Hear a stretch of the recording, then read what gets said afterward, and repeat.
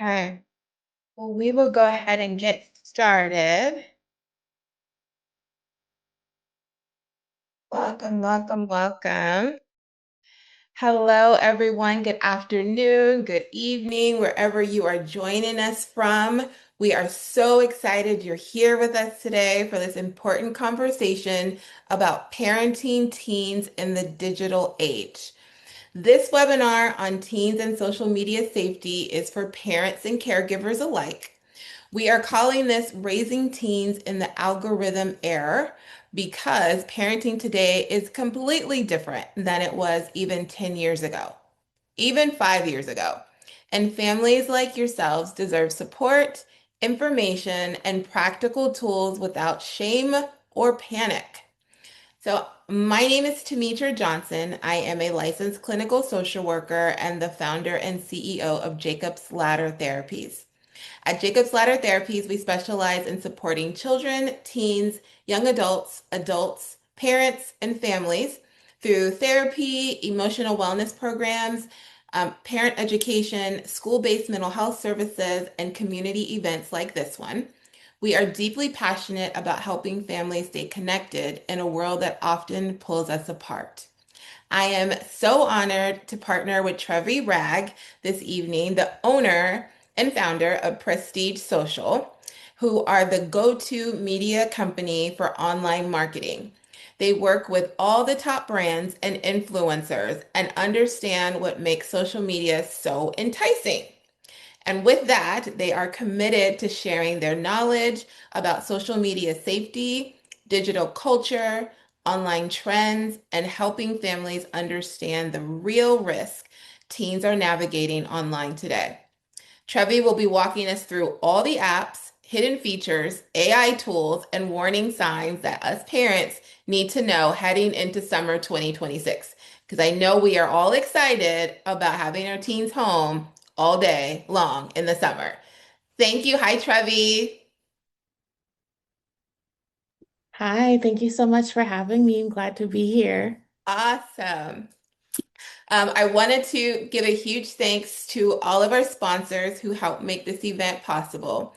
So this event is sponsored by LA County Department of Mental Health and Cal Mesa through the Take Action LA grant and Prop 63. We truly believe community wellness happens when organizations come together to support families. So I want to set the expectation for the flow. This presentation is being recorded and is going to be posted to our YouTube page within 7 days. So if you miss any parts of this, no worries. You will be able to get the full replay posted to our YouTube page. And Mayreen, who is our executive assistant, is here in the chat to answer any questions you may have. And she'll also put the link to our YouTube page in the chat for you. We also will have more any information or questions that you have. You can also post that to the chat and she will be sure to answer your questions. So what are we going to talk about? We're going to talk about why teens are drawn to social media, how technology impacts the developing brain, the warning signs that families should watch for, practical strategies that actually work, and the apps and trends that teens are using right now. And of course, we'll leave time for Q&A throughout the presentation.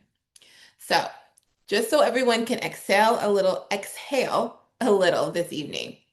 If you've ever argued about screen time, felt overwhelmed by technology, wondered if you're doing this parenting thing right, or felt behind on what kids are using online, you are absolutely not alone. I'm with you, and you're in a room full of other parents as well. So take a minute to just breathe.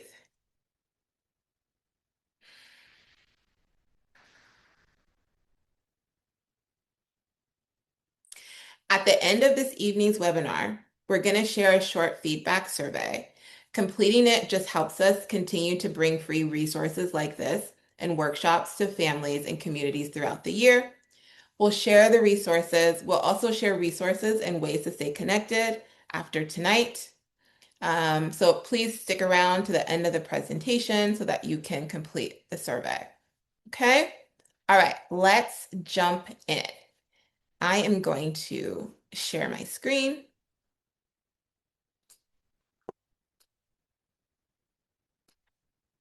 Oh, also, if you would like this presentation in any other language, you can set this to transcribe in any language through the Zoom app.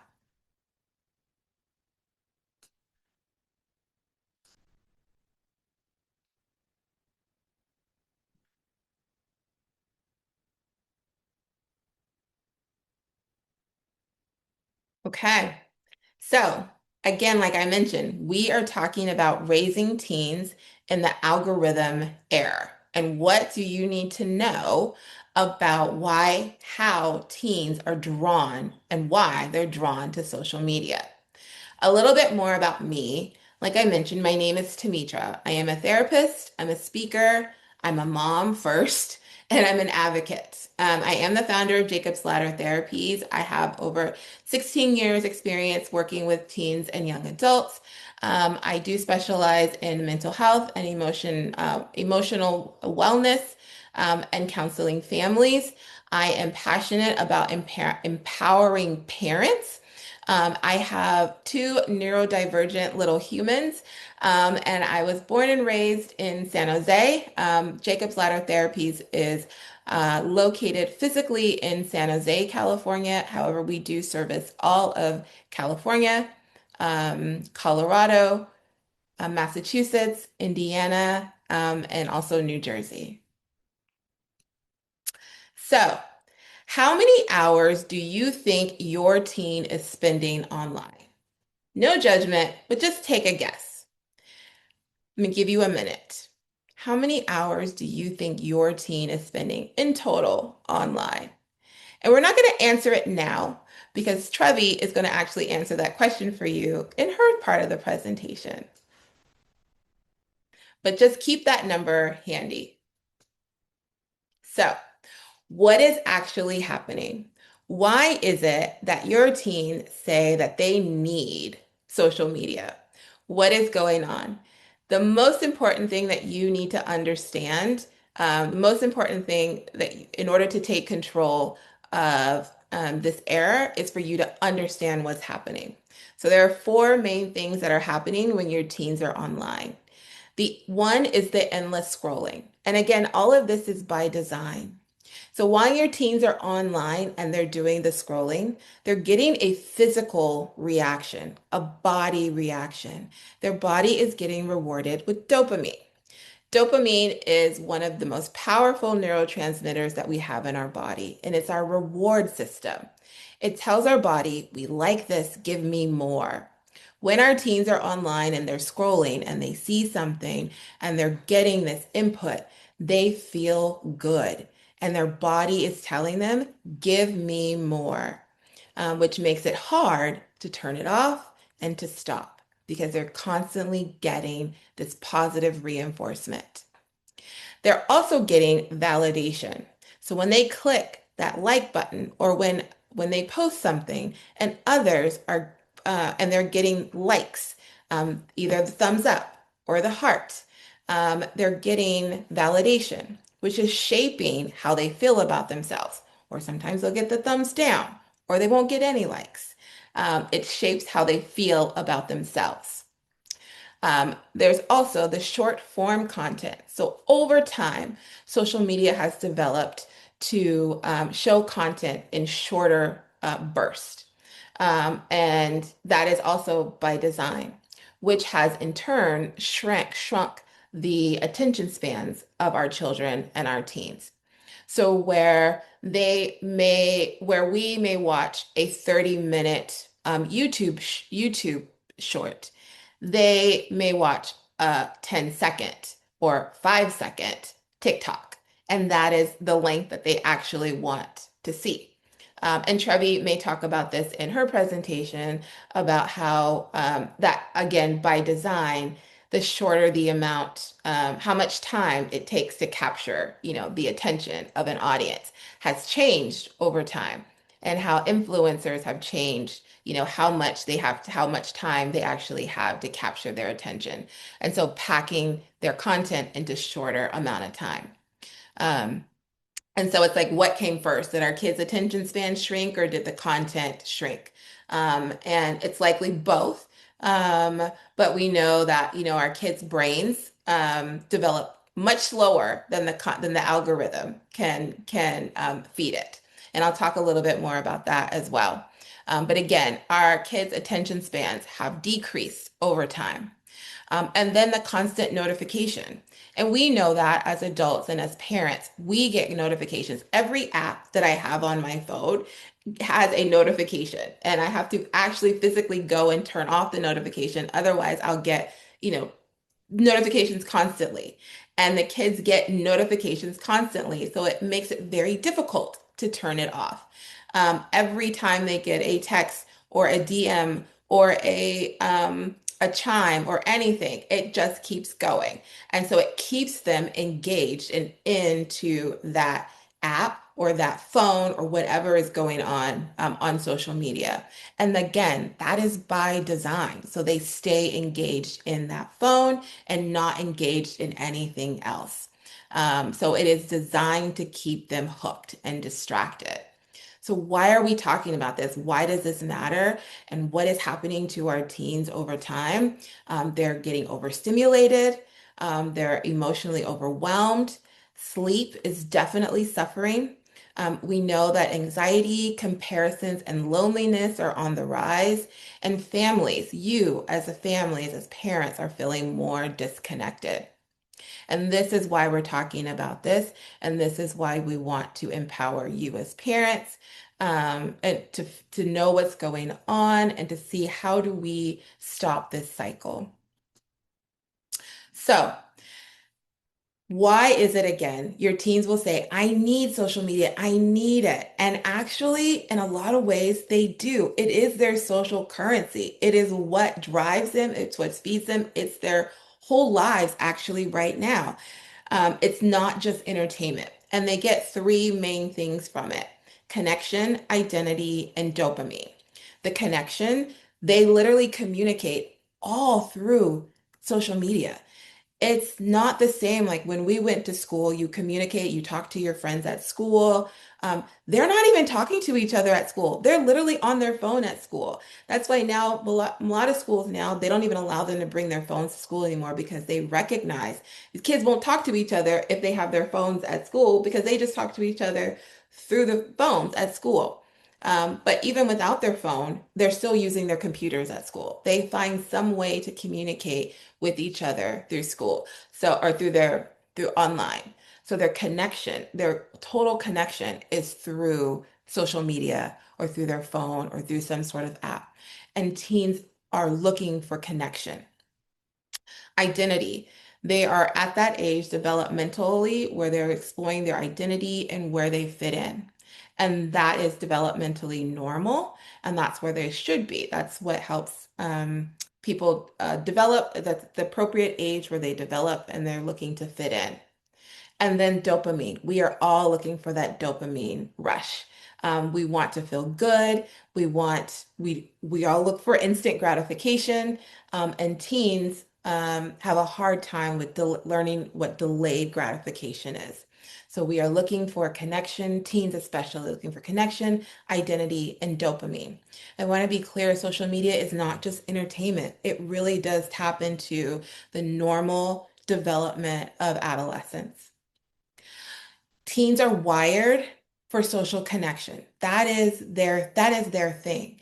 More so than younger kids, more so than older adults. This is the time when they start breaking away from parents. I tell parents around middle school is when kids start you start being the dumbest people in the world. You were really smart up until about middle school, and now you're probably the dumbest person in the world. And then all into high school, you for sure just got dumber. And they are super smart, and their friends are the smartest. Um, So this is when they start to break off from parents and they start to look more toward their peers, and they're developing.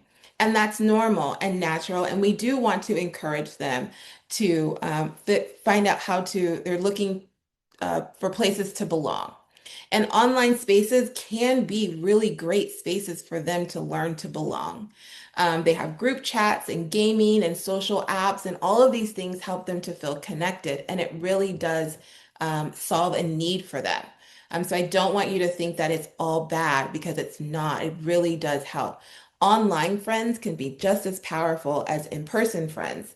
And there are a lot of teens who struggle with getting in-person friends or connecting with people in the real in physically in their physical space, but they're just so they find connections with other people, and it's can be encouraging, and help them.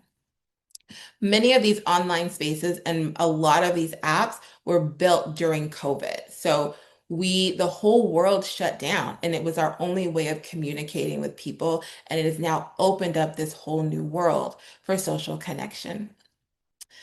Identity, adolescence, this is the time. It's identity formation. This is a crucial part of adolescence. Identity formation. Who am I? Where do I belong? They're looking for their values and their morals. It figuring out, how do I want the world to see me? It helps them build confidence and creativity. You will see teens who have built these online worlds, online gaming worlds, online followers, trends, dances. They're super creative. And they're able to kind of come out their shell, and it can be this beautiful thing. You've seen kids and teens even build multi-million dollar companies and brands online, with all of their using the talents and skills that they have. They've been discovered, their talents have been discovered. So there's been huge rewards to it.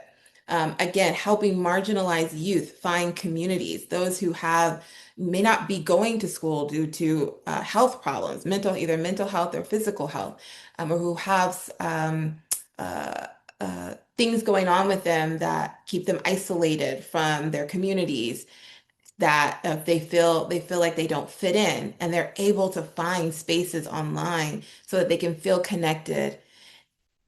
And also, it can also create pressure and comparison, because we know that people post online the best and the worst. Very rarely do we see kind of the in between, the kind of meh. And so kids will see everything is going great or everything is going really bad. And they can identify with one or the other. And they think, if my life is not great or if my life is not completely bad, then I don't fit in. Or I need everything to be good, or something is wrong with me. They compare themselves to what they see online, thinking that everything online is real, and we know that it's not, which creates a lot of insecurity and pressure to fit in when they feel like they don't. So it is both incredible benefits to having an online community, and there are some serious risks as well. The dopamine and the algorithm. Again, like I mentioned, the algorithm learns way faster than our teens can regulate.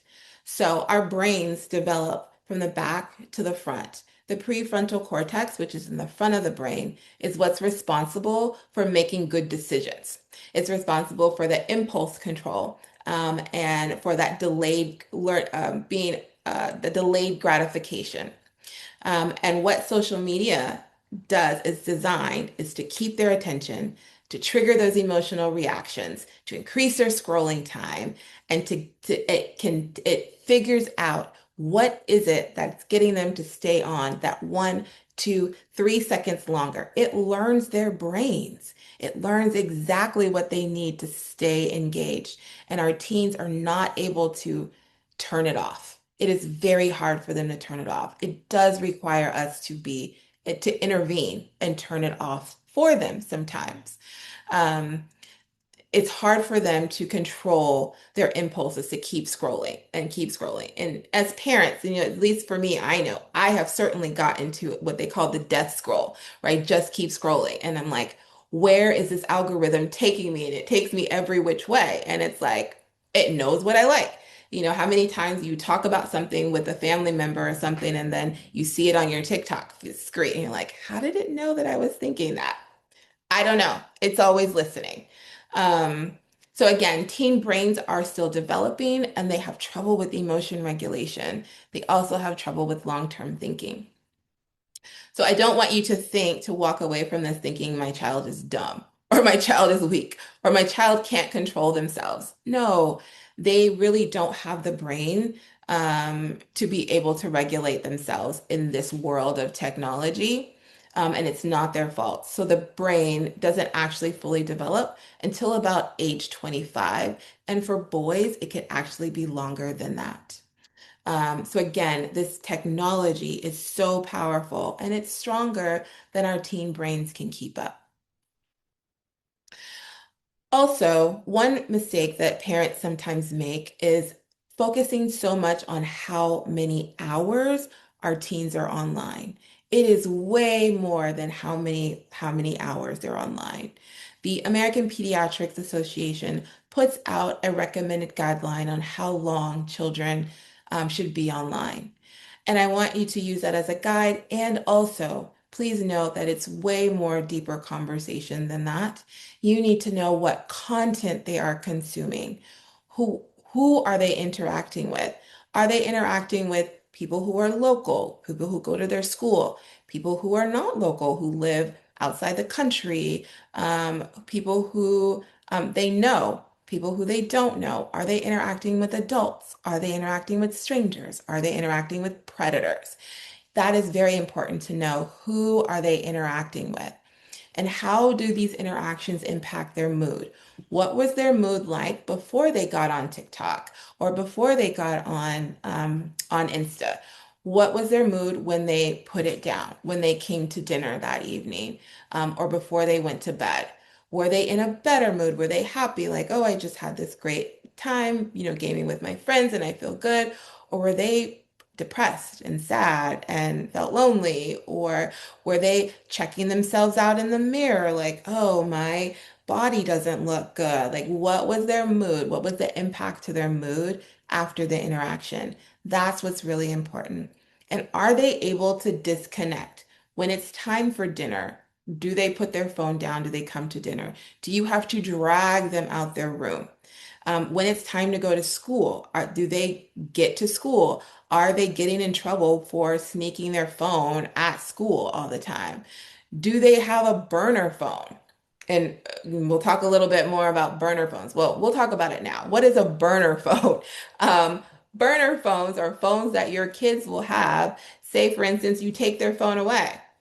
Highly likely that if you take a phone away from a 16 or a 17-year-old, they'll probably just go get another one. And they will find a way. Kids do this all the time. And they will hide it somewhere at home. They're really not that great at hiding it though. So if you look hard enough, you'll probably find it. They'll hide it at home. I've had teens hide it in the bushes. They will hide it in like underneath their pillows. They will give it to their friends. They'll put it in like mailboxes, in their friends' mailboxes. Um, not so much their lockers at school, but they'll find different places to hide it. But usually parents will find it, and that will be the phone that they'll use to communicate with.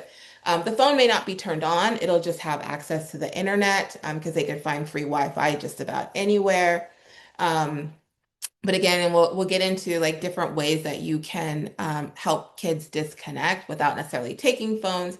Um, because likely if you take it, they'll end up with a burner phone. But again, are they able to disconnect? Do they have secret phones or secret accounts? Like what is going on? How engaged are they, and how secretive are they with their use? When do you know that social media is becoming harmful? Again, like I said, it could be very powerful, it is something that it's their social, it's what they use to communicate with their friends. It's what they use, it's their social currency. And it can be harmful. So how do you know when they're struggling and when it's harmful?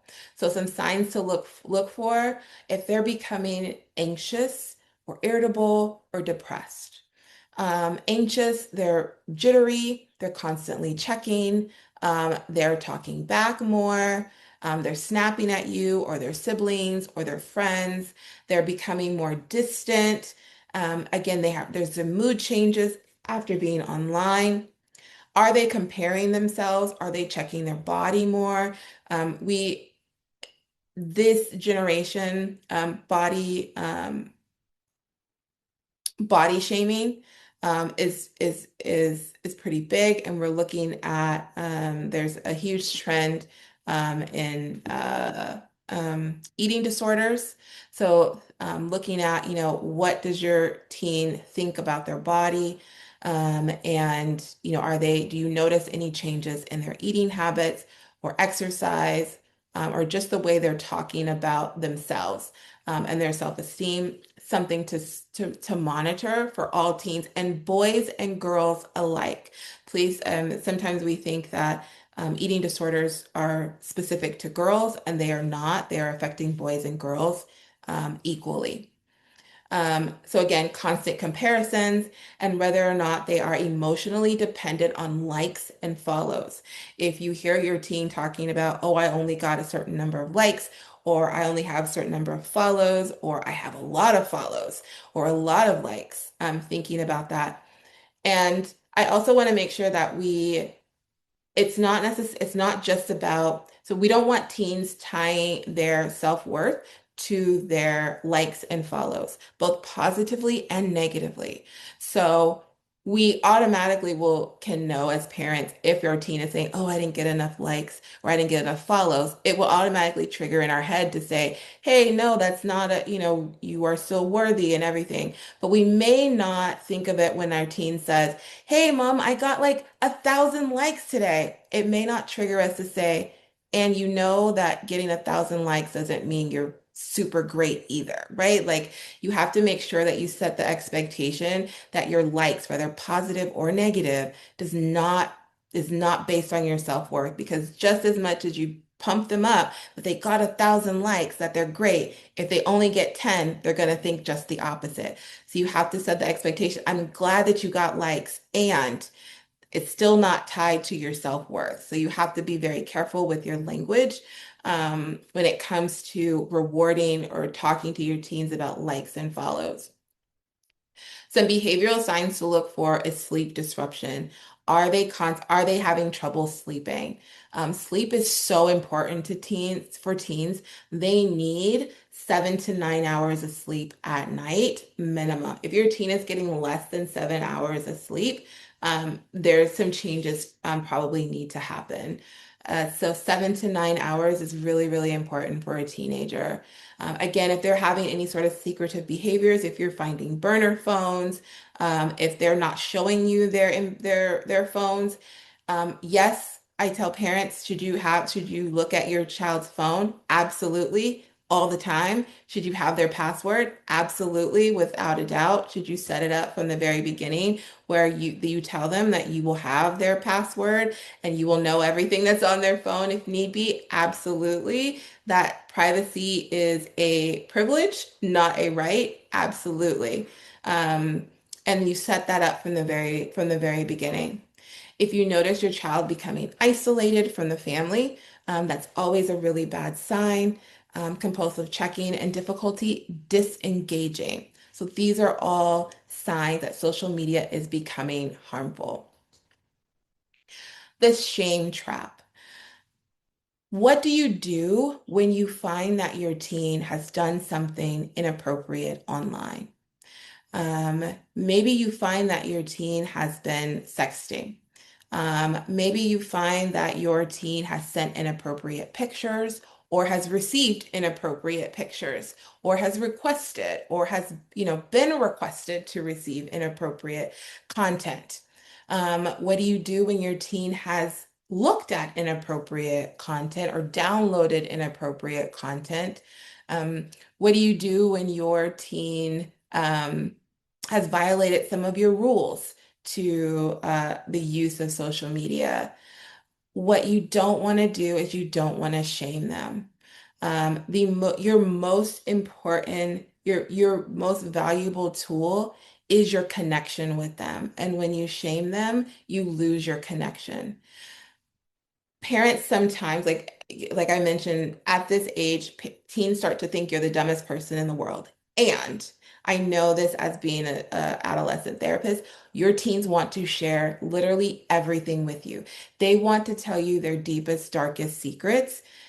If they only knew that you wouldn't be mad at them and you wouldn't shame them, they want to tell you. As much as they may be pulling away from they absolutely want to tell you. And you have to create that space of non-judgment, that non-judgmental space for them to come to tell you. So when you find out things that are happening, even if they didn't tell you and you find out, you really have to create a space where you are not shaming them. Teens are going to make mistakes. These are really tough times to navigate. There is no handbook that is given to teens when they get social media to say, do this and don't do that. There are rules that, schools may give them, but there's no guarantee your teen's actually getting any rules unless you give it to them. So they don't know what to get and what they should do and what not to do. So trying to be non-judgmental, non-threatening. Please, please, please do not publicly embarrass them. You've seen we've all probably seen videos on Instagram or TikTok where parents are publicly shaming their teens for things that they've done and like following them around school and filming them. And it's like, whoa, whoa, whoa. Like teens, first of all, everything you put on the internet lives. So anything you put about your child on the internet is going to live there forever. And believe me, if I've seen it as your parent, all of your kids' friends have seen it. And that stays there forever. So it's really, really important not to publicly embarrass your child. Give me your phone now. Maybe you might have to do that for certain circumstances. But thinking about, how do I be collaborative? Like you might have to remove the phone. But thinking about it, how do I plan to remove the phone? How do I plan to remove the device from my child? So everything that you do, really thinking about when you're removing devices, doing it not necessarily just when you're angry and like just kind of snatching it, but like you've done it, you've thought about how you're going to do it and why you're doing it. So again, stay calm. You want it curiosity, curiosity, curiosity, curiosity. You never know why your child sent. You may not know why your child sent specific content, and it may be because they were being groomed, maybe because something was going on that they don't want to tell you. And if you don't ask the questions, you don't know, and they won't tell you. So it's really important that if you come across something that you ask those questions and you have to ask in a way that you're not shaming them and it's not threatening, that you have those open conversations, that you talk about boundaries, and that you have consistent check-ins. If you are constantly checking in, it's less likely you're going to be shocked and awed when something pops up on their phone. Again, connection is more protective than control. So what actually protects our teens? Strong relationships, strong relationships, strong relationships. They want to have relationship. They want to have a relationship with you. I promise you they do. They need clear expectations and boundaries. You have to have a set of rules. And we're gonna, in the next couple of slides, we'll go over some example rules and boundaries that you can set. But they need those clear expectations. If you say the phone goes off at 6 p.m. at night, that's pretty early, but if you say the phone goes off at 6 p.m. at night, the phone has to go off at 6 p.m. every night. There can't be this wishy-washy and kind of sort of, it has to go off. And you have to stick to your boundaries. Offline hobbies and friendships. So having offline hobbies and friendships. So I want to speak to this just to make sure I go a little bit deeper into that. Again, like I mentioned, some teens do have a hard time connecting with friends offline, so in person, for many different reasons. And friendships online can be as powerful and as beneficial as friends offline. So I'm not saying as a blanket, kids have to have offline friends because that may not be possible. But it's important that you are involved in these friendships and you have an idea of who these friendships are. The idea behind having offline friendships is that typically if a kid has a friend who is offline, you would know this friend. You would know who they are. You would kind of have an idea of their character. You might know their parents and their family. So you have an idea of their values and morals. Versus an online friend, you may not know anything about them or their parents or even their age or if they're real. Um, and if you did know who the person was and who their family was, that could make it just as powerful of a connection and give you more peace of mind that this friendship was actually safe. Um, Teens need emotion regulation skills. And these are skills that they're actually taught. So either kids who have trouble regulating, getting them into therapy where they can learn emotion regulation skills. Most schools have social emotional learning built into curriculum these days, both elementary, middle school, and even high school. Um, but learning emotion regulation skills and you also modeling those skills. They want parents who are engaged. They want you to show up at their events. They want you to show up at um, when they're, ask them about their day. And then kids need opportunity to build mastery. So building mastery is having an activity that's challenging but doable. And every time they engage in it, they feel confident in themselves. So it could be something like learning a language, playing a musical instrument, or a club, or maybe they're learning getting better at math or doing something. So it could be an extracurricular, it could be something that they're doing at school, but something that they're getting better at and they're building confidence.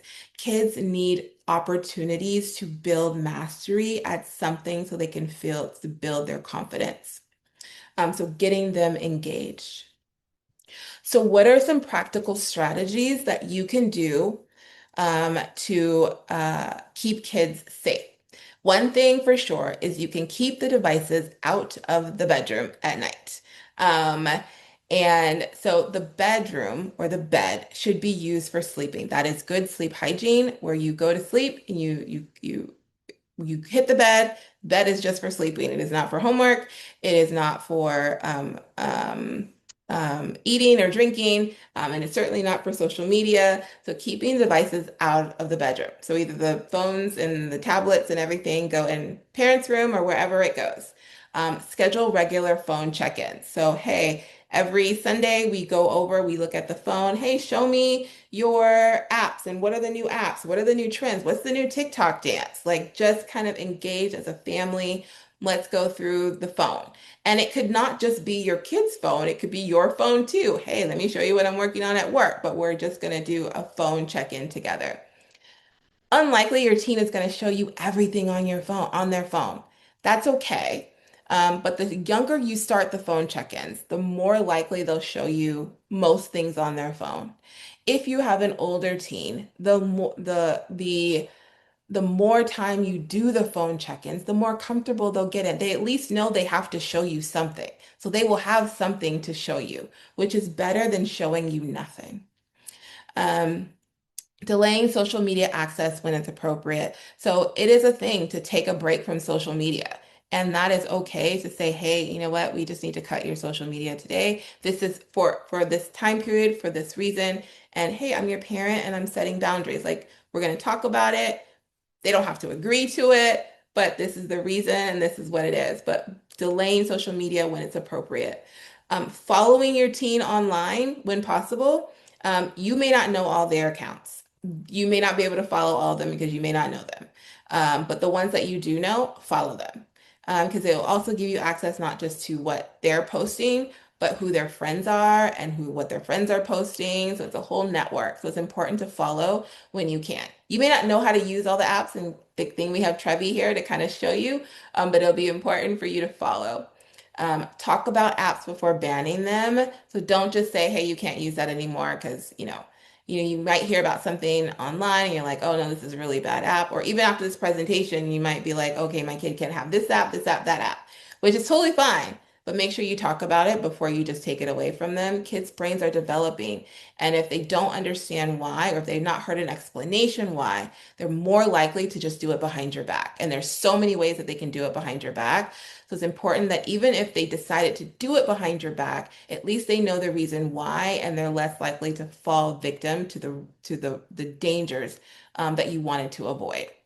And then also modeling healthy technology use yourself. They look at what you do, not what you say.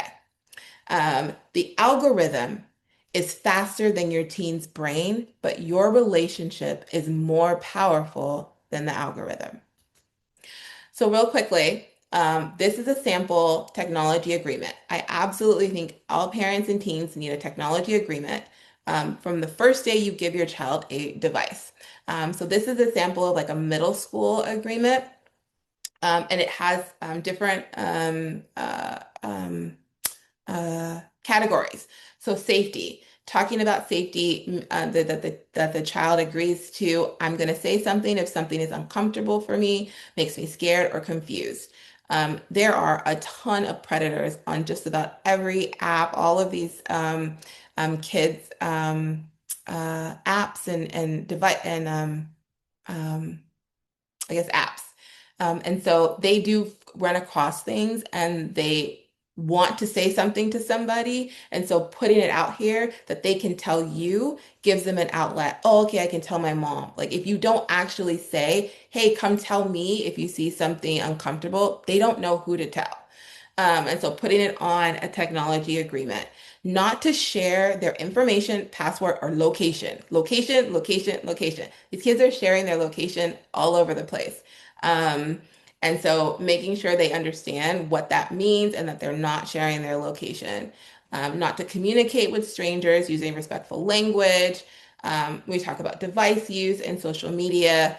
Understanding that parents may review apps and accounts periodically, that private accounts and disappearing messages do not guarantee privacy, that you may go back and look at just about anything. You talk about, you're very clear on when the phone is to be turned in during school nights and on weekends. That there's a rule on, do they have to ask before they download new apps? Um, do they have to complete their homework and their chores before they get to use their screen time? What are the rules about sleep? Again, I mentioned sleep is very important. Taking breaks. And then there's a part for parents. And so that they see like, okay, this is a family agreement, not just all the things that I have to do. And so parents agree to stay calm and respect their independence and all the things that you're going to agree to. And then you absolutely need a consequence section. So in this agreement, the consequence section is pretty vague. I will tell parents at the very beginning, make it vague because you don't know what pitfalls you're going to run into. And as you go through it, you're going to have to get more specific. So this specific behavior comes with this specific consequence for this specific time. And then you'll just keep at, this is a working document. But really figure out what is it that your child responds to. And as they get older, sometimes their phone is really the only consequence that they respond to. And then also they'll have a reward section. So it can't just be consequences, it also has to be reward. How are you going to reward your kid for actually using their media appropriately? Rewards are actually more powerful than consequences. And so thinking about how can you reward them for when they're doing the right thing. And you have to catch them doing the right thing. So they went a whole day or they actually turned their device in on time. That deserves a reward. Yes, they were supposed to do it. And yes, it deserves a reward. And then agreeing to the weekly family check-ins and then explaining the goal. Why are we doing this? Everybody signs. They know this is a working agreement. This goes on the refrigerator where everybody can see it, and we all follow it regularly and we adjust. This is a sample agreement for a high school student. A little bit, the main differences on here is when you need to add a driving to it. So if your teen starts driving, you definitely need to have separate rules for driving, what curfews are, reiterating that driving, using the phone and driving is inappropriate. about distracting behaviors. Also, as teens get older, and teens who have like a lot of extracurriculars, who may have later curfews, so school nights and nights where they're like doing their extracurricular, their sports nights, things may look different. So boundaries still need to be set for those different days, and it's okay to adjust. But again, those adjustments should still be agreed upon. The other thing that I didn't put on here is that for parents who are divorced or kids who live in two different households, technology agreements do not need to be the same in each household. Kids know how to adjust from one household to the other, but it is important for each parent to know what the other parent's rules are, and that we respect each other's parents' rules, but our rules don't have to match. So being very clear, like these are the rules for my house, which may be different than the rules in another house. But everybody's house should have rules. Okay. So those are the main difference between like middle school, say middle school and a high school technology plan. Um, okay. So um, now we are going to transition to Trevi's presentation. Before I do, I just want to make sure that I check the chat and um, see if I want to make sure, see if we have any questions. Um, I have, let's see. Um, yes, so the webinar will be on our YouTube page posted. I also need to check to see. Um,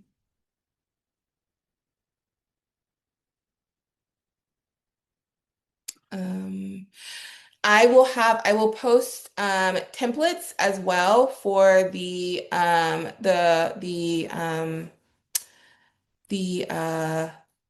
sorry, let me go back. For the technology agreements, I will post those templates also on I'll post it on our website, but I will also post it I'll post it on our website, and let me think. We'll post it on our social media page as well. Yeah. Mhm. Okay. And again, like I said, your relationship with your teen is your greatest protection. Okay. Um, I want to check. I know we're live. I will check our live feed, see if there's any questions in our live feed, and answer them as we go. But I'm going to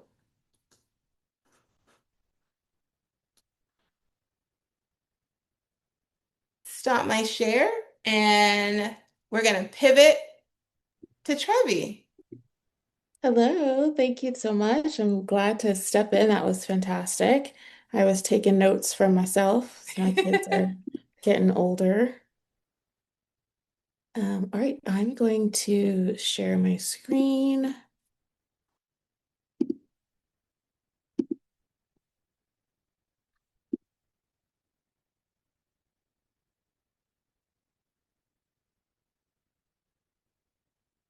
Go.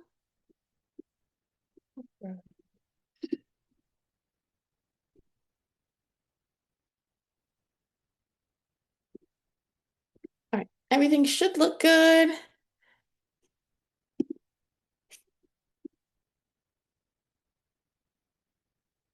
All right, Tametra, we look good. The screen's We look great. showing. Ready to go? Yes. Okay. Well, I'm so glad to be with you all today. My name's Trevina Wragg, and I'm the CEO of Prestige Social. We're a social media marketing agency, and I've really spent my entire professional career, and I guess a lot of my free leisure time, studying how social media platforms work, how they're built, and how they affect the people who use them. It's literally my job. It's what I get paid to do, is to understand how all of these social media platforms work. When Tametra reached out to me and asked me to speak today, I I said absolutely yes, because this isn't just my profession, it's also personal. So I also have young people in my own life that I care about deeply. And this is a conversation that every parent and caregiver needs to have. And so next, we're going to cover what's really happening online, what apps your teens are using, what the risks look like as of 2026, what the legal system is doing about it, where we're standing legally, and then most importantly, what you can also do right now to protect your kids. So feel free as we go to drop questions in the chat. I have it pulled up here, and I can kind of switch back and forth and get those questions answered for you as we go. So, a little bit more about me, because it's important that you trust who you're getting this information from. I've been doing digital media for over 15 years, and I work with those algorithms that your teens are using day in and day out. So, that's what brands actually pay me to understand how TikTok, Instagram, and Snapchat hooks users and keep them coming back. So, you know, I would say the content that's keeping your kids coming back is what I actually get paid to create. So I'm definitely positioned really well to be able to tell you how that's working and how to keep your teens safe. But beyond professional experience, I'm also a mother and an active community member. And I live this conversation at home, and I've seen how these platforms can affect teenagers' mental health, self-esteem, and safety. And it also, honestly works the same for adults. So a lot of the things that we're talking about today also apply to adults as well. But before we dive into specific apps, I want to give you a sense of the scale of what we're dealing with. So these are all stats from 2026. 95% of teenagers have access to smartphones. That's literally all of them, right? And the average teenager spends more than 7 hours a day on screens. So I think that that was answer D, C or D on Tametra's slide. So teens are spending at least 7 hours on average a day, and that doesn't include school. Like, not including the time they're at school. They could be there, like she said, they're using their computers at school. This is outside of school. That's literally a full work day. So, over 50% of teens say that they're online almost constantly. Not the majority of the day, not a lot of hours in the day, literally constantly.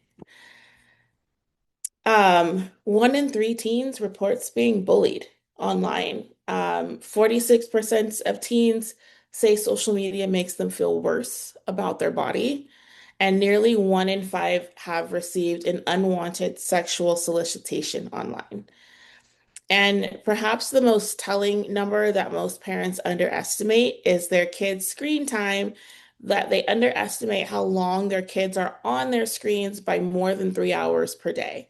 So we may think we know what's happening, but the data shows that we are missing a significant chunk of what our kids are doing online. And so, I'm not sharing these numbers to scare you, but I want to make sure that we all understand the magnitude of what we're dealing with. It's not a small thing, it's a large portion of our kids' lives. And so now let's talk about what's actually going on these screens. So we're going to walk through the major platforms teens are on right now. And some of these you'll know, some of these might surprise you. But for each one, I'm going to share the risks, how the platform works, the risks, and what you can actually do about it. And this is really so that as you're having these conversations with your kids, you have the knowledge, right? You can understand what terms and things that your kids are saying, that you can understand what they're talking about. So let's start with the biggest one. It's going to be TikTok. TikTok has 1.5 billion users worldwide, and 75% of teens in the States use TikTok every single day. And the average teen spends 95 minutes a day on TikTok. So now I want you to understand something about TikTok that makes it different from every other platform, and that is the algorithm. TikTok does not require you to follow anyone to get content. So within 30 minutes of a new user opening the app, the algorithm has already figured out their emotional state, their interests, and their vulnerabilities. Um, and you remember, maybe it was at some point last year that TikTok was bought out.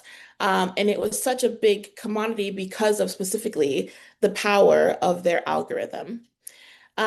Research has documented that it can pull a teenager from funny videos into self-harm content within hours. And because it just continues to build and it will take kids down a rabbit hole. Um, this is not just, yes, it's what I've seen, but also it's not just speculation. These are things that have come up in recent court cases that we'll kind of get to a little bit later in the presentation. Um, One element of TikTok is the For You page. It's called the FYP, For You page. This serves content regardless of who you follow.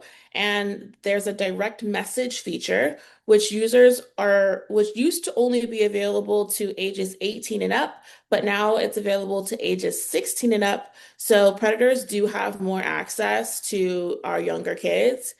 But the good news is TikTok does have a feature called family pairing.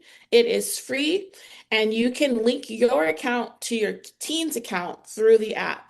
And you can set screen time limits. You can filter entire content categories. You can restrict who can send your teens direct messages. And I will, if you log in, you go into your settings, it will walk you through how to set that up. Um, if if you have a teen, your teen is probably guaranteed to be on TikTok.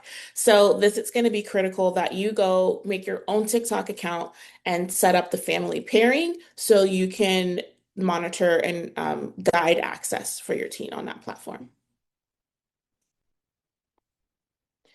Okay, the next app we're going to talk about is Instagram. So a little bit less use for our teens. 70% of teens are on Instagram. And this is what you should understand about Instagram specifically. This is where comparison culture lives. Study after study has linked Instagram's use to body image issues, anxiety, and depression in teenagers. So Instagram is owned by Meta, and Meta knows. They're aware that this is the one of the effects of using Instagram. Their own internal research confirmed this years ago, and honestly, they did this research and they didn't change anything about how this platform works. Um, so there are two things that every parent who's watching right now should know about Instagram. And the first is that the Finsta. So Tametra mentioned that you might follow your kids, but like you may only be able to follow the accounts that you know about. So a Finsta is a fake Instagram. It's a secret account that teens create specifically that so their parents don't know about it. It's very, very common. So even if you follow your teen on Instagram, know that there may be another account running that you have never seen. Um, and a little workaround around this is that you can, if you go into the settings in your account settings on Instagram, you can actually link your account to your kids' accounts because Instagram basically, if so, if you go into your kids' Instagram account and you go into their settings, you can actually see if they have other accounts because it'll actually be linked because it's linked to their phone and it will show, oh, you have this Instagram account and it'll show any others that they have. So if you are looking and you wanted to find out if your kid has a Finsta, you go into settings, you go into the account, I think it's called account dashboard, and you can see all of the accounts that are linked. It will show you all of their Instagram pages and all of their linked Facebook pages that they have. So that's the Finsta. And then the second thing you need to know about is direct messages. So on Instagram, every user can reach out to any other user through direct messages. And this is also a direct line, a direct access for communication. But the good news about Instagram is that they did launch teen accounts in 2024 for any user under 16, there are automatic restrictions turned on.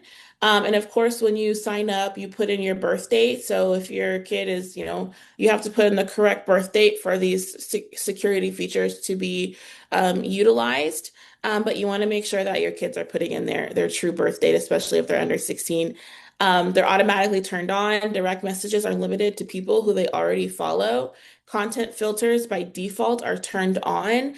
And the most important part is that this cannot be changed. So your team cannot go in and turn off these settings without parental approval. So that's a huge win. So if your teen is under 16, make sure they have an Instagram teen account and that is active right now. I actually only started seeing commercials about the Instagram teen account this year.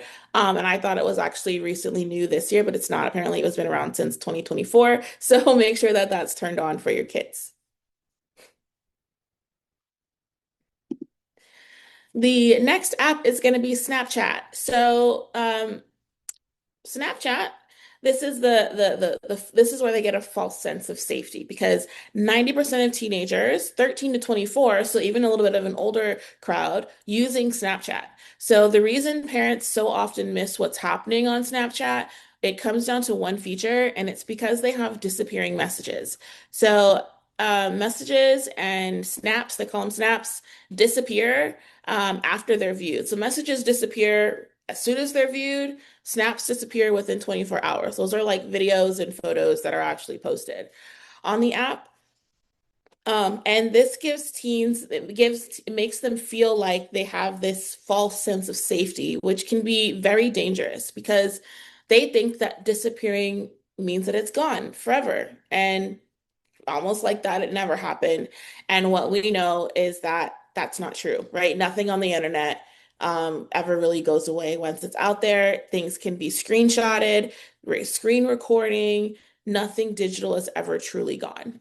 Your teen might even say, "Oh no, Snapchat doesn't let you take screenshots." There are all kinds of tools and ways you can use another device. You can put it on a computer and take a picture. There's phones and cameras everywhere. Nothing is ever truly gone. But because teens believe that the messages disappear, they are more likely to send things on Snapchat that they would never send otherwise. So they're more likely to say things on there that they think nobody will see. They'll share images, and sometimes those things can end up in the wrong hands. Um, One thing is for sure, is that Snapchat has been heavily used for drugs. So specifically fentanyl, and this it's used to reach teenagers. So something to be very cautious of. The DEA has published multiple warnings about this. They target teens on Snapchat because of the disappearing messages make it harder to trace. They use fake personas, and of course we know that drug use is deadly. And again, this is not to scare you. I just say this because you need to be aware of what's out there so that you can talk to your teens and take the right steps so that we can keep them safe. Another thing about Snap, and this is also for Instagram as well, Snap Map broadcasts your teens' real-time location to literally all of their followers. And it's not like it's on by default. So it's not like they had to go in and turn it on. It's automatic. And so make sure right now that you go in and check and make sure that your kid is not sharing their live location data with anyone. And I would do that for Snapchat and for Instagram. Instagram recently just made that new feature and it was on for everyone by default. I don't know why they're doing that, but you actually have to go and proactively turn it off. Um, there is a new Snapchat Family Center on the bright side, and this is new. So this is as of 2026. The Family Center lets you see who your teen is talking to and set content alerts. I would highly suggest that you use that, make your own Snapchat accounts, and set up your Snapchat Family Center, especially if your kid is using the app, which most of them are. You can't actually read their messages, but you can see the contacts that they're in communication with.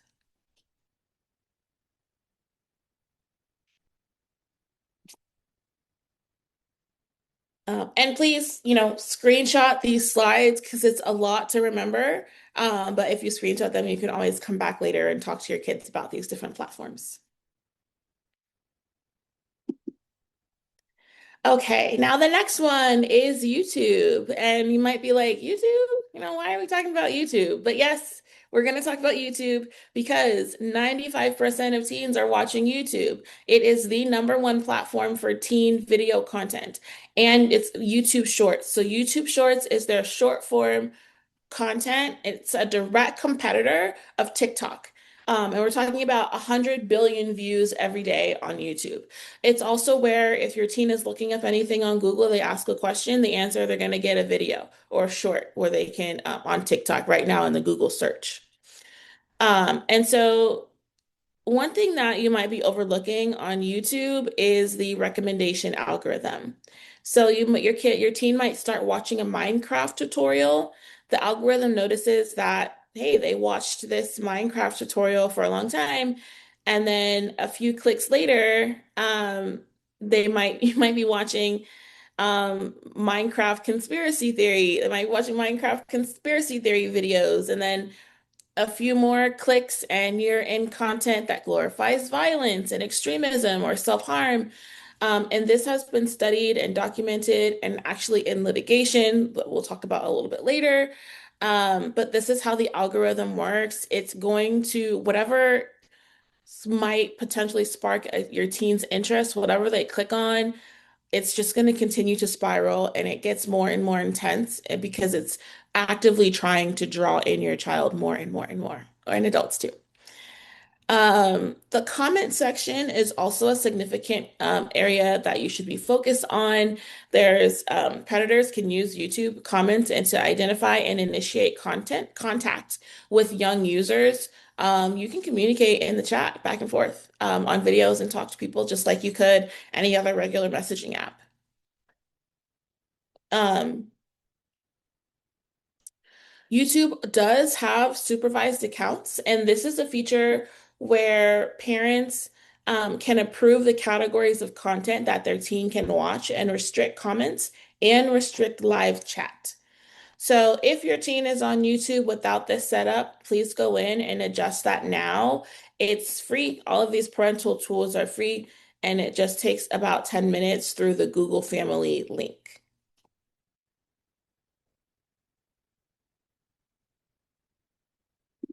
All right, now we're going to talk about Discord. This is one platform that most parents probably haven't heard of. And if you have a teen who plays video games, and I almost guarantee, if they play video games, can almost guarantee that they are on Discord. There are 150 million active users, and Discord started as a gaming chat platform, and now it's used literally for everything: gaming, schools, clubs, fandom, friends group. It's just the chat of choice for social groups to form. So here's what makes Discord uniquely concerning is that the platform is built around servers, which are essentially chat rooms. So there are thousands of public servers, and many of them are completely unmoderated. So teens can join any public server at any time with no age verification. So a 13-year-old can be in a server full of adults that they have never met. There's also new NSFW, not safe for work channels that contain explicit content. A user can access these with just a single click, and there's no barrier. There's no, safeguards in place for access. You don't have to do age verification or anything. You will literally just click and enter. So Discord has been documented as a platform where predators build relationships with minors, specifically because it's less monitored than an Instagram or a Snapchat, and because it happens inside of gaming communities where teens already feel comfortable and safe and trusting. So just recently this year, Discord rolled out a new teen safety default. These are content filters and DM restrictions that are now automatic for users under the age of 18. And this is a great big step forward. It took a while. It didn't happen until this year.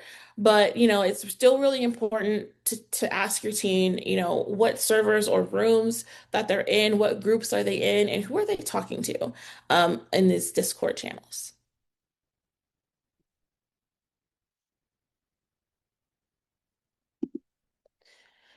Okay, so I want to take a moment to cover a few of the newer platforms because social media, the landscape is always shifting. There's always new platforms and tools and groups and chats and things that are popping up.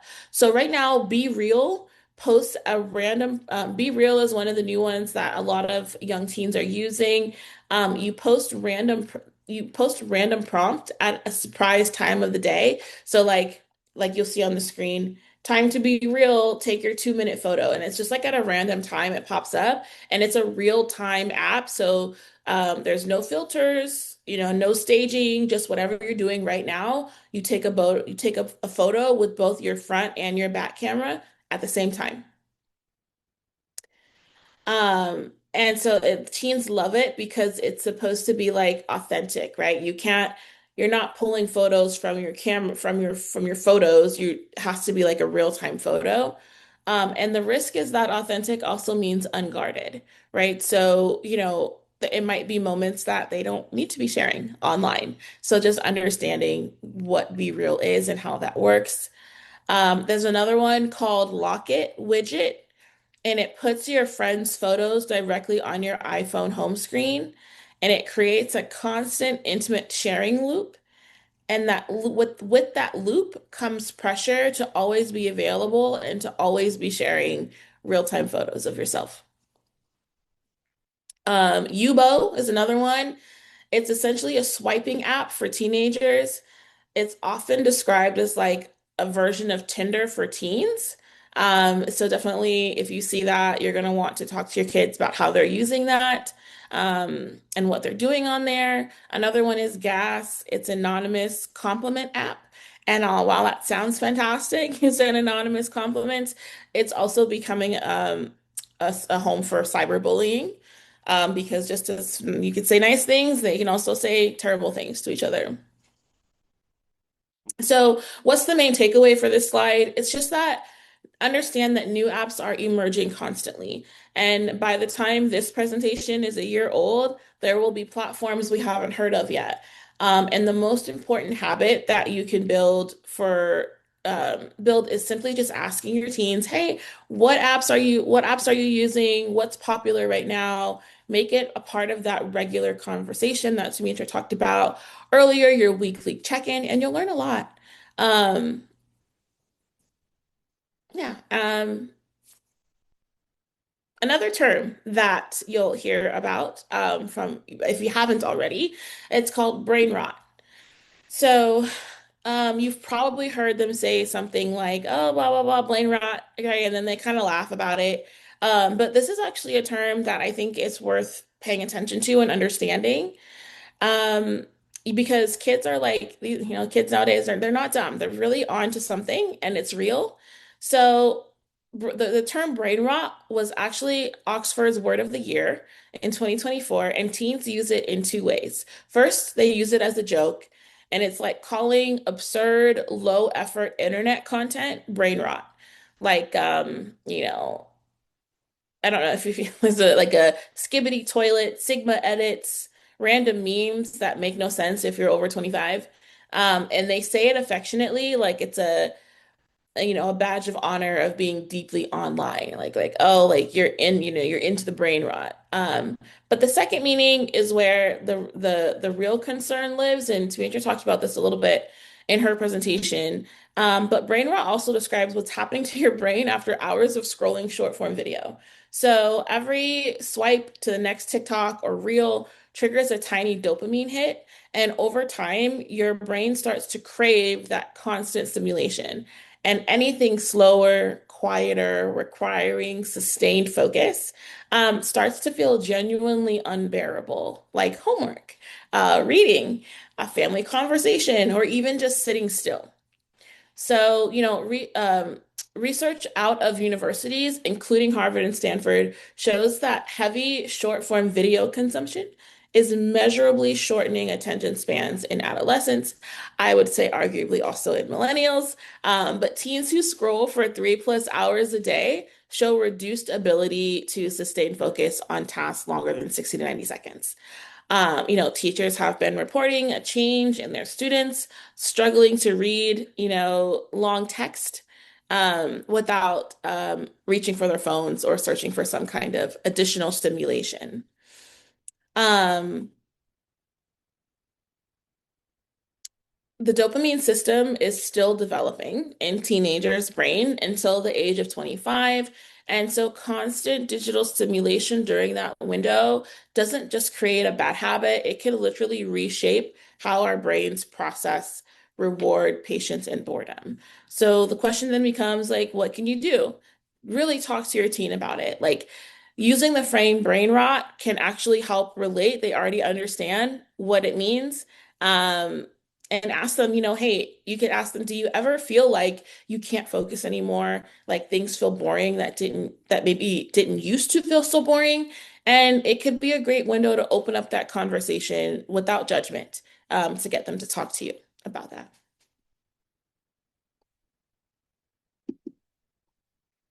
Okay, so now let's jump into WhatsApp. WhatsApp, 2 billion users worldwide, and you might think of it as an adult or international messaging platform. And yes, that's definitely what it's used for, hugely outside of the US, but it's also used by teenagers, especially with friends abroad and those who want more privacy. So if, especially say if your kids are spending time in Discord, chatting with gamers or anyone literally from around the world, they can then move that conversation over to WhatsApp or other encrypted messaging platforms to have private conversations regardless of where they are in the world. Um, the key thing to understand about WhatsApp is that it's end-to-end transcription. And this means that messages can't be read by anyone, not even on WhatsApp, not the government, not by your parents. So basically, what's said in WhatsApp stays in WhatsApp.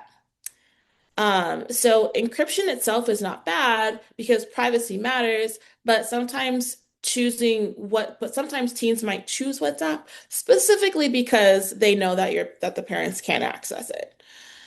Um, there's also the capability for group chats, and that has a significant risk. So, a WhatsApp group can expose your teen to peer pressure, explicit content, cyberbullying, and information you'd rather they not have. And there's no visibility into what's being shared in WhatsApp. Another platform similarly is Signal. It's even more encrypted and increasingly used by older teens. Another version is Telegram. It's also popular. It's an encrypted messaging platform. It's popular for large group chats. Um, and it's definitely been documented as a place where leaked and illicit content is just is distributed. So again, you don't need to panic about encryption, but it is best to know which apps your team's using, and to have the open conversation about why.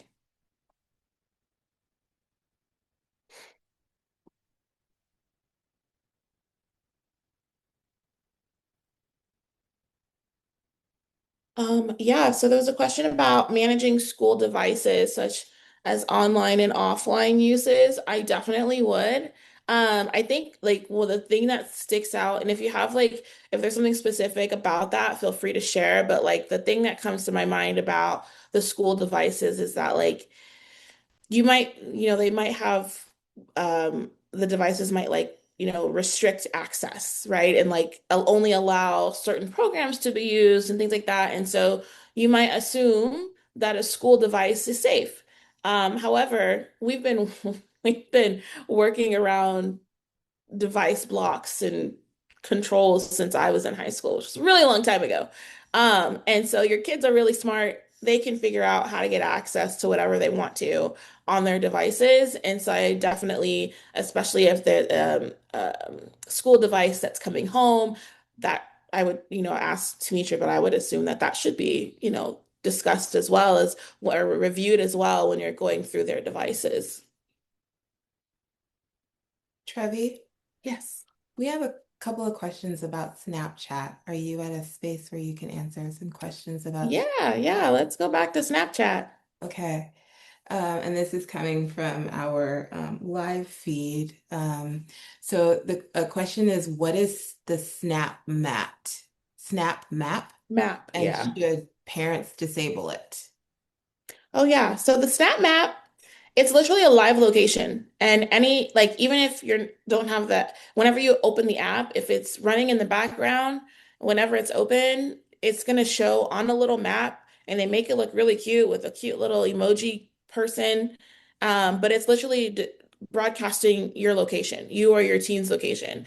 And so 100% it's on by default. So your teen didn't even have to go in and turn it on. If they're using the app, it's automatically on. So 100% right now, I would go in and turn that off.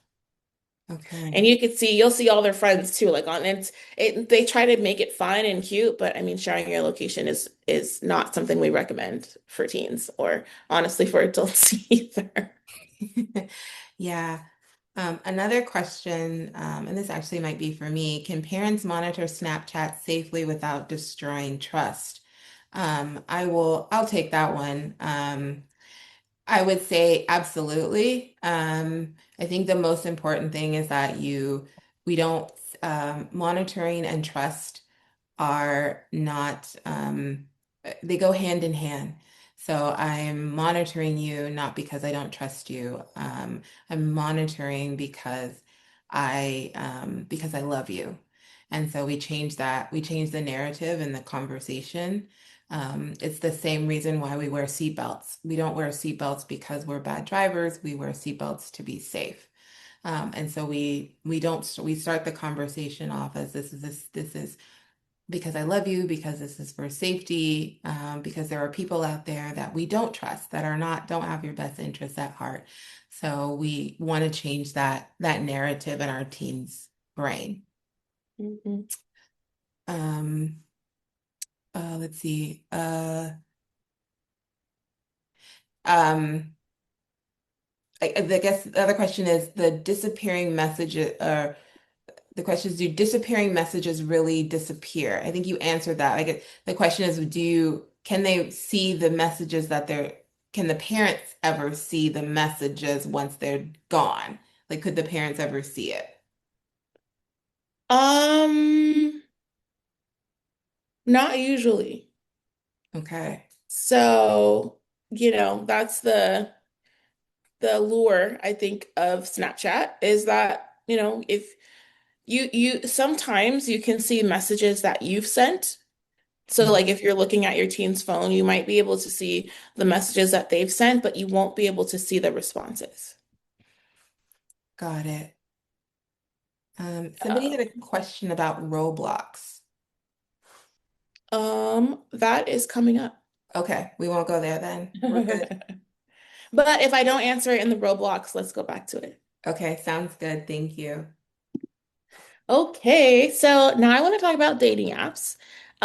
More than 30% of 30% of teenagers between 13 and 17 have used at least one dating app. Tinder, Bumble, Hinge, all of these have a minimum age of 18.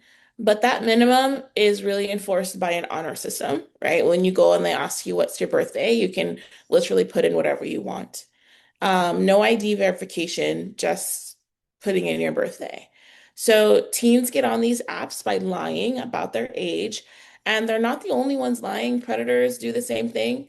Adults pose as teenagers using AI generated or stolen profile photos, and this is called catfishing, and it's extremely common. Um, 1 in 5 teens have been received unwanted sexual solicitation online, and dating apps are one of the primary vectors for that content. So if you find a dating app on your teenager's phone, you know, I think, remember what Tametra was saying is to not be reactionary, do not explode on them. Um, honestly, they may just be curious, and your reaction in the moment determines whether your teen will come to you the next time something happens or they're curious about something. Whether they'll come to you or whether they'll try to hide it. So, ask questions and listen first.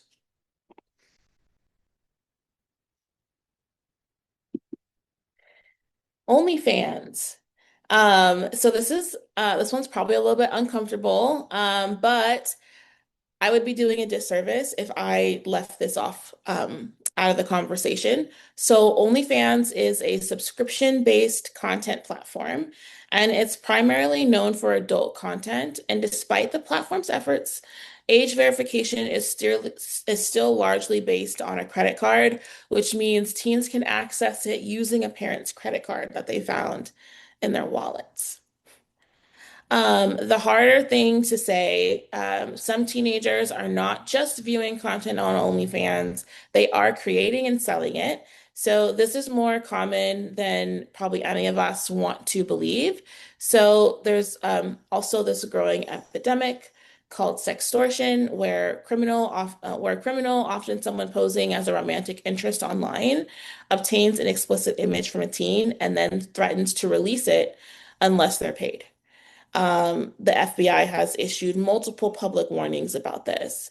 And even outside of OnlyFans, explicit content sharing between peers is constant through Snapchat, iCloud, AirDrop, teens sharing intimate images without fully understanding that digital images can be saved, forwarded, and exist permanently.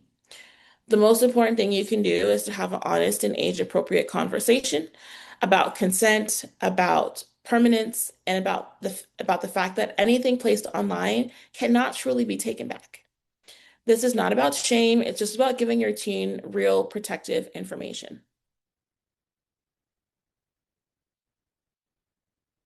Um, that's a really good question. So, I'm going to actually jump into, I had a question about for school Chromebooks, offline gaming. What communication platforms should we be concerned about? Say, for example, on a Chromebook. Um, and talking about gaming platforms, one of the, like, so for example, there's a lot of offline, and I use air quotes when I say offline games, um, because even offline games are actually connected to online. So for example, um, they're connected through some network, like you might have heard of one of them, it's called Steam, right? And so they're offline games, you could play them without the internet, but they get all their updates, communities, chats, upgrades. They live on a server, and one of the popular ones is Steam. And there are message boards. They do link out to Discord, right? To a Discord group that we discussed. So offline, I use that with air quotes, right? There are also offline where you can create profiles and connect with other users. Um, and you can chat. You can then, oh, hey, WhatsApp me, right? That everything is connected. Um, and not, it's just understanding, what's out there. Like everything is connected to the internet. Um, but when we think about actual like computers, I think about like say a Chromebook. Anything that you can access on an app on your phone, probably about 90% of them you can access just on like on a web browser. So like you can go on OnlyFans on your phone, or I can go on OnlyFans by opening Google Chrome, right, on my Chromebook and just going to onlyfans.com. Same thing for, dating apps. They're on your phone, they're on the computer. Anything mostly on your phone, you can access on the computer. So it's kind of open source, right? Everything. WhatsApp, I don't think I can access WhatsApp on my computer. But Discord, it's on your phone, it's on the computer. They're all kind of interchangeable for the most part. I think Snapchat might be specific to the phone, but there's very few apps that can, even Instagram. Like I can go on Instagram on my computer. Um, so I would say treat the computer just like any other social media device. Um, there's a million messaging platforms, right? That you can access. So I would treat it the same as you would a phone. Okay, so let's talk about gaming. So you might be like, oh, it's just gaming. They're just playing video games. But that's actually, unfortunately, not just the case. So gaming is also itself a social network. Um, and it has the same access as if not more, than some of these social media platforms. So really, 97% of teens, teen boys play video games, and 83% of teen girls. So it's not a huge difference. The biggest games are Roblox, Fortnite, Minecraft, Call of Duty. They're all online multiplayer, and in those multiplayer modes, your teen is in real-time voice and text chat with strangers. No filter, no moderation, no age check. So, it's very common. Predators using game communities deliberately. Teens feel relaxed and trusting when they're playing a game. They're thinking they're playing with other kids just like them. Um, a predator can spend weeks or months building a relationship through gaming before they ever make an inappropriate approach. They can send gifts, they offer help, and like gifts, I mean like, in the game, you can send gifts and like tokens or skins or whatever the thing they need, to play the game. They offer help and they build trust over time. It's classic grooming. There's also a gambling element. So loot boxes, prize wheels, in-game wagering with real currencies. US families spend over $300 million a year on in-game purchases. So there's a real thing, gaming disorder has actually been recognized by the WHO as a real condition. The question to ask your teen is not just what are you playing? The question is who are you playing with? I don't know, there's this viral video that was going around a couple months ago about this a teen who had been playing one of these games. I think it was Minecraft. And like an adult man showed up at the house trying to take his mother out on a date because he arranged a date with his mom in the gaming app, and the guy showed up to the house. Like, so, be aware of who and what and who your children are talking to online.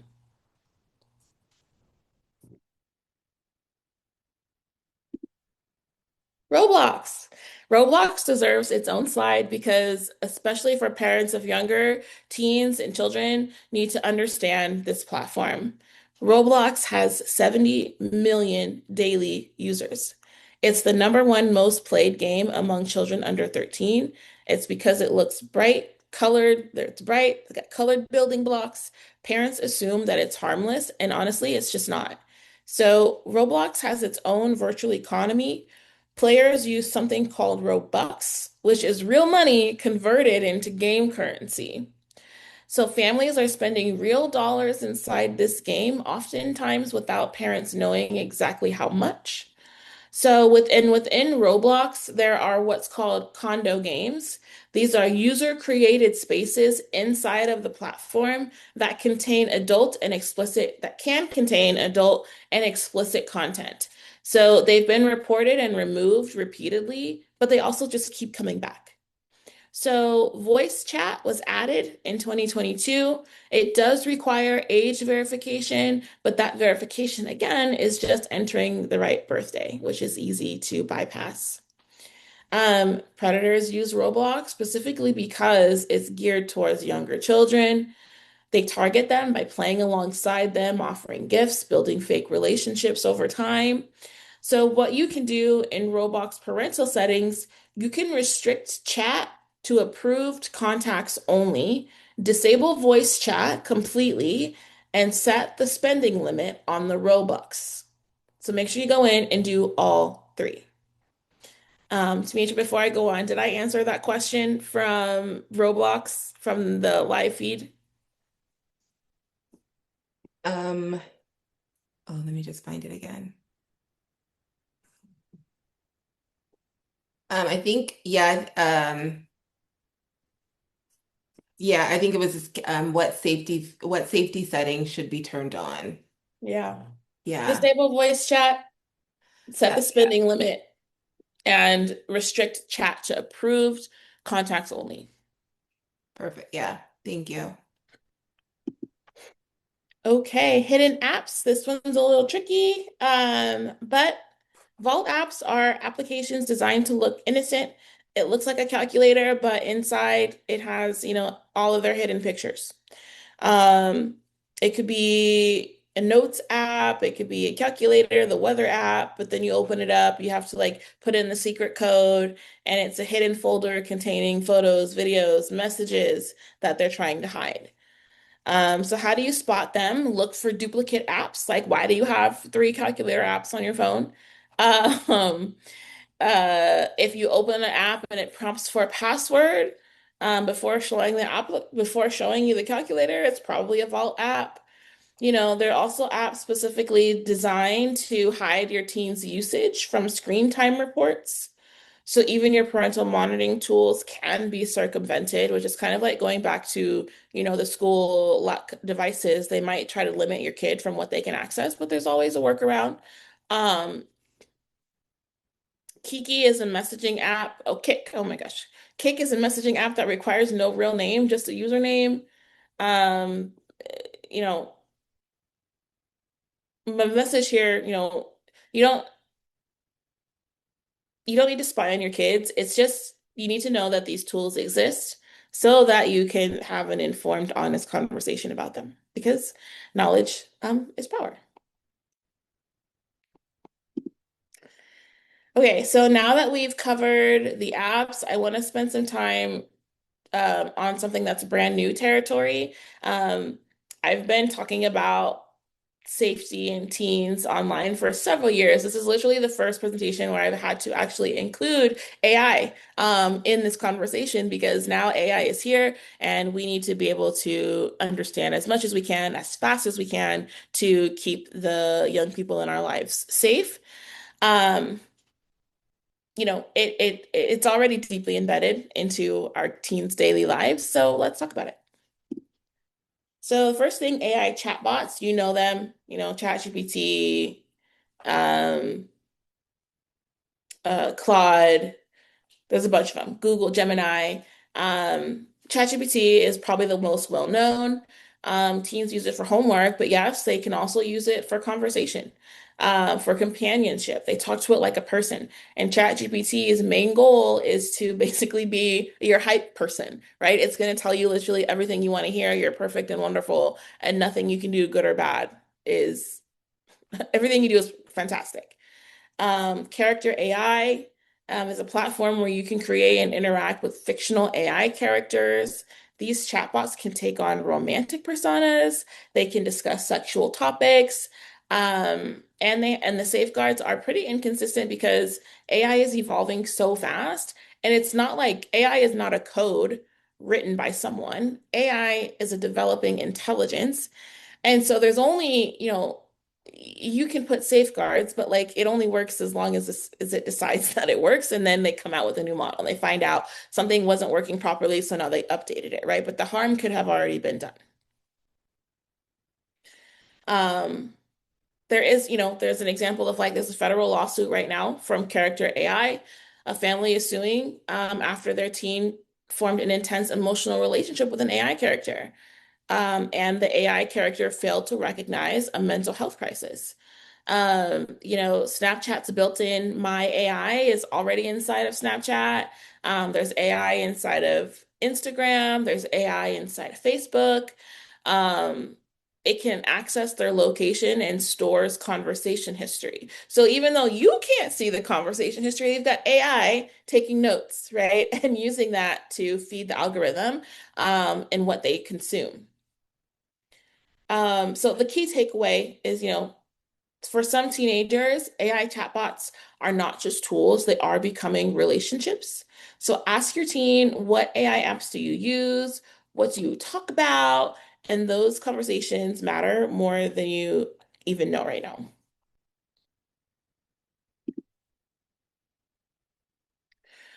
AI and privacy. So, when we talk about AI and privacy, think about what AI actually collects every time your teen uses it. Voice patterns, images, location data, behavioral patterns, their full conversation history, their full photo gallery, with all the metadata inside of those photos. All of that data is, regardless of whether they say it is or not, you assume that it is being stored, analyzed, and in many cases used to train future AI systems. Um, I would say that the most immediate concern are deep fakes. So, like a deep fake is an AI generated video or image that's so realistic that it's nearly impossible to tell if it's fake. And that technology is now accessible to create from with any is anyone with a smartphone can create it. Um, there are apps that can claim There are apps that can claim to undress anyone in a photo using AI. I think it's called undress app. I think it's very explicit, right? They are real, they are widely available. You can just go download it in the App Store. And, unfortunately, they can be used as sextortion um, and can cause real harm to our teenagers. So here's what to teach your teen. If it's free, you are the product, right? Your data, your information, you are the product. So read permissions before you just click accept. Be very thoughtful about what apps get access to your camera, your microphone, and your location. And teach them that their image, their face, their body has value and deserves protection. Talk to your teen about social media literacy. And honestly, I might say this is going to be one of the most important skills that we can teach our teens as this AI age comes to fruition.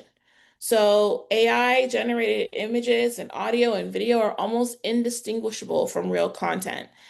Um, you could have a realistic photo of something that never happened using free, publicly available tools. So this technology is being used for political disinformation, fake celebrity news, sextortion, where someone takes a real photo of your teen, uses AI to turn it into an explicit image, and then uses it to blackmail them. So how do you spot a deep fake? Look for like distorted hands, unnatural blinking or eye movement, lighting that doesn't match the proper shadows between the subject and the background, and an emotional reaction that seems designed to provoke you. What I would say for the rule for your teens, that if it shocks you, verify it. Before you share that post, that video, or the funny story, you need to pause and ask yourself, could this be fake? That 30-second habit could protect them and others and prevent the spread of harmful misinformation. It's something that you and your team could practice together. Smartphone devices. So one quick but also very important note is that these are devices that are likely already in your home. Alexa, Google Home, Siri, Apple TV. These devices have always on microphones. They're waiting for a wake word, but research shows that they capture audio well beyond that. And teens know they can ask these devices anything that they can teens know they can ask these devices things that they'd be embarrassed to search on their own phone. And smart TVs have built-in microphones and cameras, and families really often don't think about that. Ring doorbell cameras.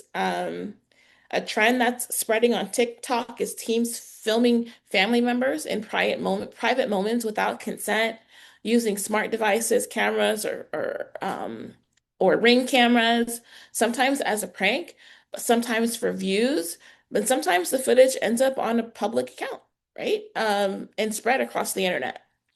So, simple steps you can take: review which apps on every device in your home have a microphone and camera access to it. Keep smart speakers out of bedrooms. Everyone in your home deserves private spaces. And talk about digital privacy as a family value, something that protects everyone and not just necessarily the teens, but your whole family.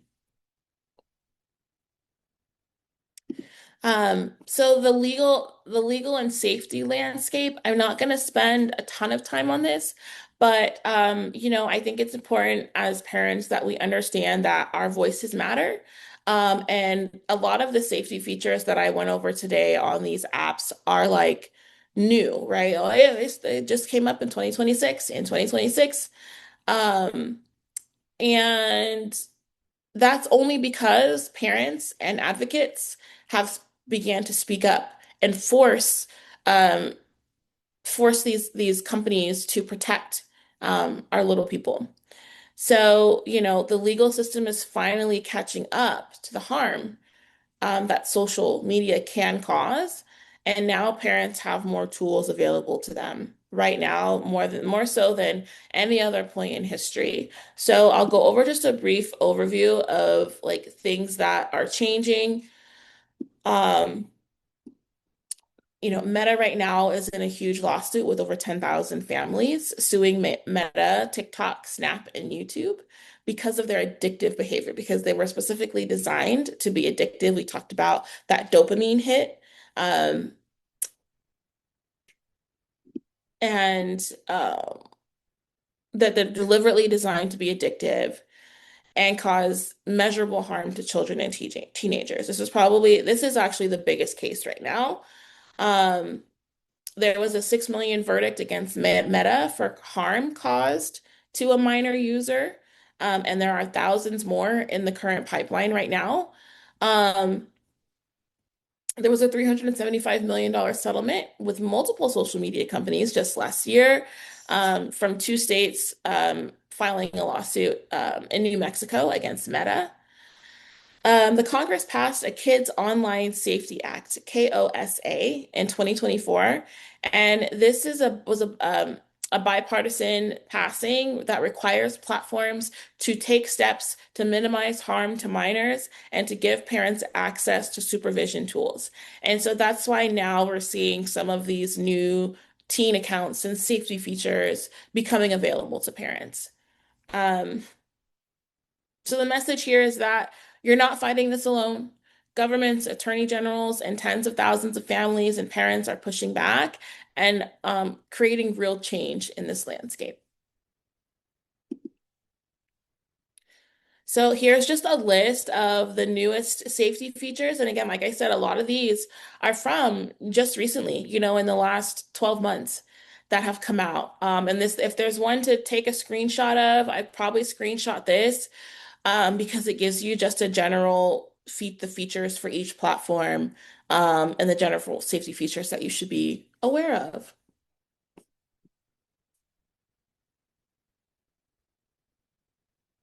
All of these tools are free, available right now, so definitely please use them. And I would say if there's one takeaway, it's this.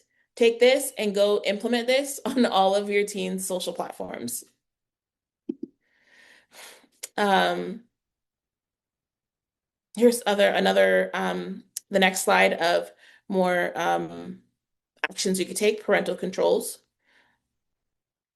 This is also one thing we didn't talk about explicitly, but iPhone and Android, and this also goes with the MacBooks and iMacs that you can all set up parental controls. You can see what apps they're using. Like right now, I can look and see exactly how long my son spent on a specific app and what he was doing on that app, and that's available on Android and iPhone devices. It's probably available on Google devices as well.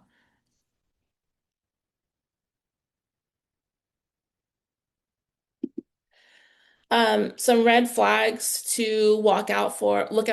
A lot of these Tametra mentioned in her presentation. But hiding the screen when you walk into the room. It might indicate some red flags that a teen ex might be experiencing something harmful online and worth asking some questions and discussing more with your teen of what could be going on. Again, hiding the phone when you come into the room, changing passwords, refusing to share new passwords, new apps appearing on the phone, especially messaging apps that you don't recognize, receiving unexpected gifts, packages, gift cards. This could be a red flag for grooming. If they're becoming withdrawn, anxious, irritable, visibly distressed after spending time on their phone, staying up significantly later than usual could be a sign of excessive screen time or contact with someone that they're trying to hide from you. Um, you know, if you see any of these, it doesn't mean you need to panic or that you should react with anger. Again, our goal is just to keep the door open. And if your teen is in a dangerous situation, and they know you'll explode, then they may not come to you for help, right? So lead with curiosity and love, ask questions and listen, and reach out to the professionals like Tametra at Jacob's Ladder Therapies, because that is exactly what they're here for. Um, And thank you. If you have any additional questions, you feel free. You can Instagram me at Trevi CEO or feel free to send me a email. And I do see one other question. Um what are the parenting controls to implement when getting a new phone? Yeah, for a teen. I think I would one of the things is like I would for sure say, there's I forget what's the name of it. Look back here, settings and screen time limits. So like if it's Android or an iPhone, you can set the limits on how long they can use specific apps. You can say, okay, maybe in your contract that you made with your team that they get X amount of hours. So you can, I don't know if you do the honor system, but you could just go in and set that to where at the certain time, if they've been on these apps for X amount of time, it will block that app, right?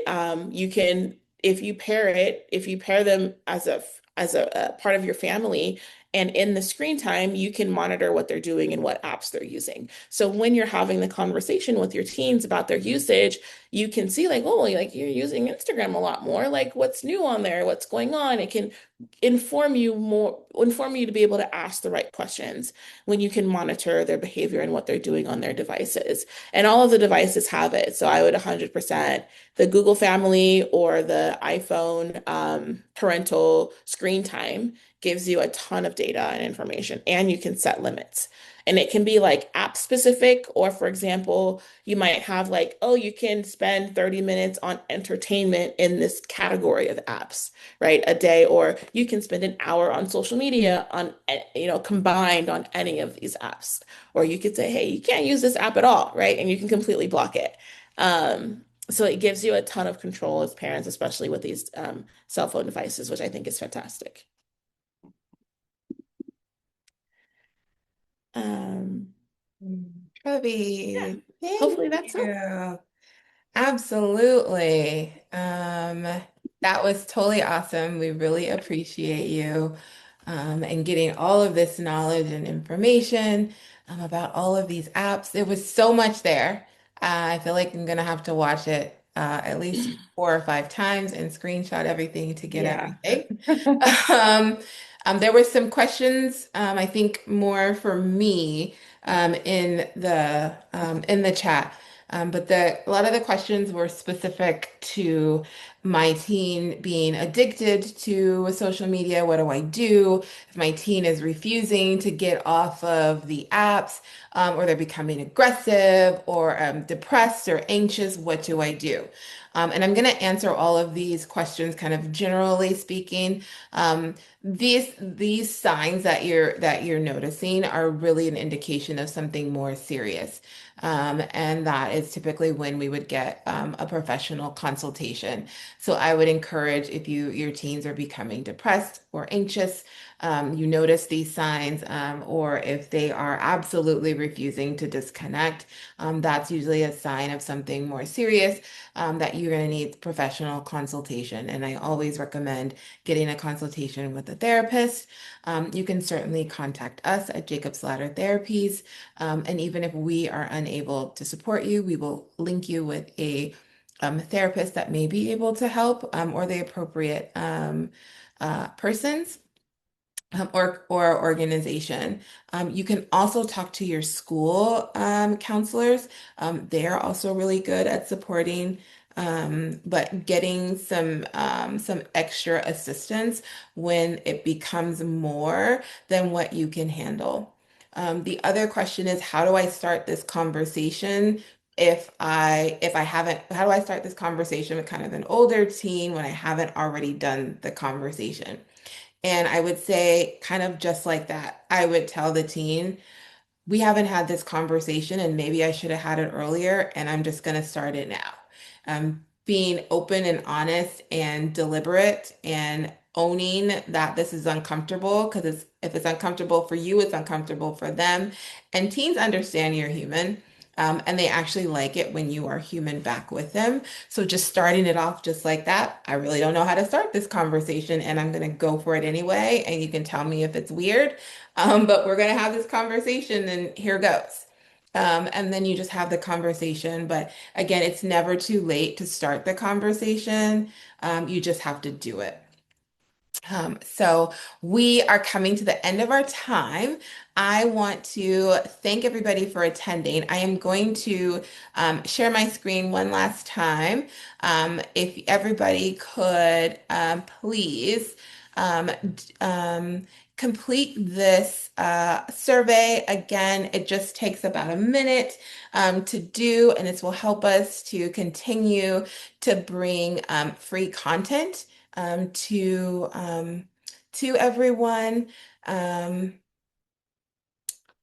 uh, so if you could just take a minute to complete this survey, if everybody can see this, right?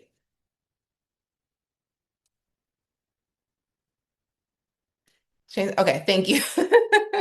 Okay, great. And as you're completing the survey, again, I just want to thank everybody for spending time with us and for showing up for your children in an intentional way. Again, parenting in this digital age is overwhelming, and technology is changing quickly. Trends are moving fast, and we're trying to guide our teens through spaces that we did not grow up in, and we are still navigating ourselves. I want you to know that you do not have to know every app to be an effective parent. Our teens are protected not by our perfection, it's our connection. The families who make the biggest difference are not families who never struggle. They're families who keep talking, who stay curious and repair after conflict. They're families who stay engaged even when it's hard. Your relationship with your teen matters more than any algorithm, influencer, or platform. So tonight, don't leave thinking you need to completely change everything tomorrow. Start small, have one conversation, add one new boundary, create one new moment of connection, and stay present instead of panicked. That consistency matters more than perfection ever will.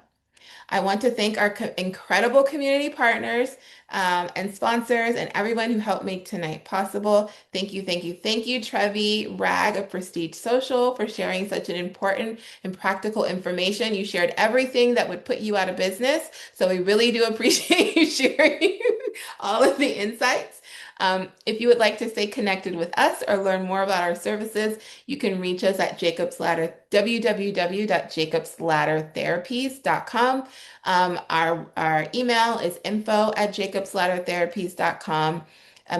We are on Instagram, we are on Facebook, we have a YouTube page.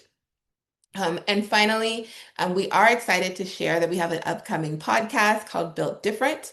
We're having honest conversations about raising autistic and neurodivergent and differently wired kids, including emotional wellness and parenting challenges, the school system, and how to build environments where kids can thrive. So be on the lookout for that soon. The podcast launches next month. Look for it on our YouTube page and anywhere you get your podcasts. Thank you so much for being here and caring about your children, our children, and thank you for being willing to grow alongside us. Have a great evening.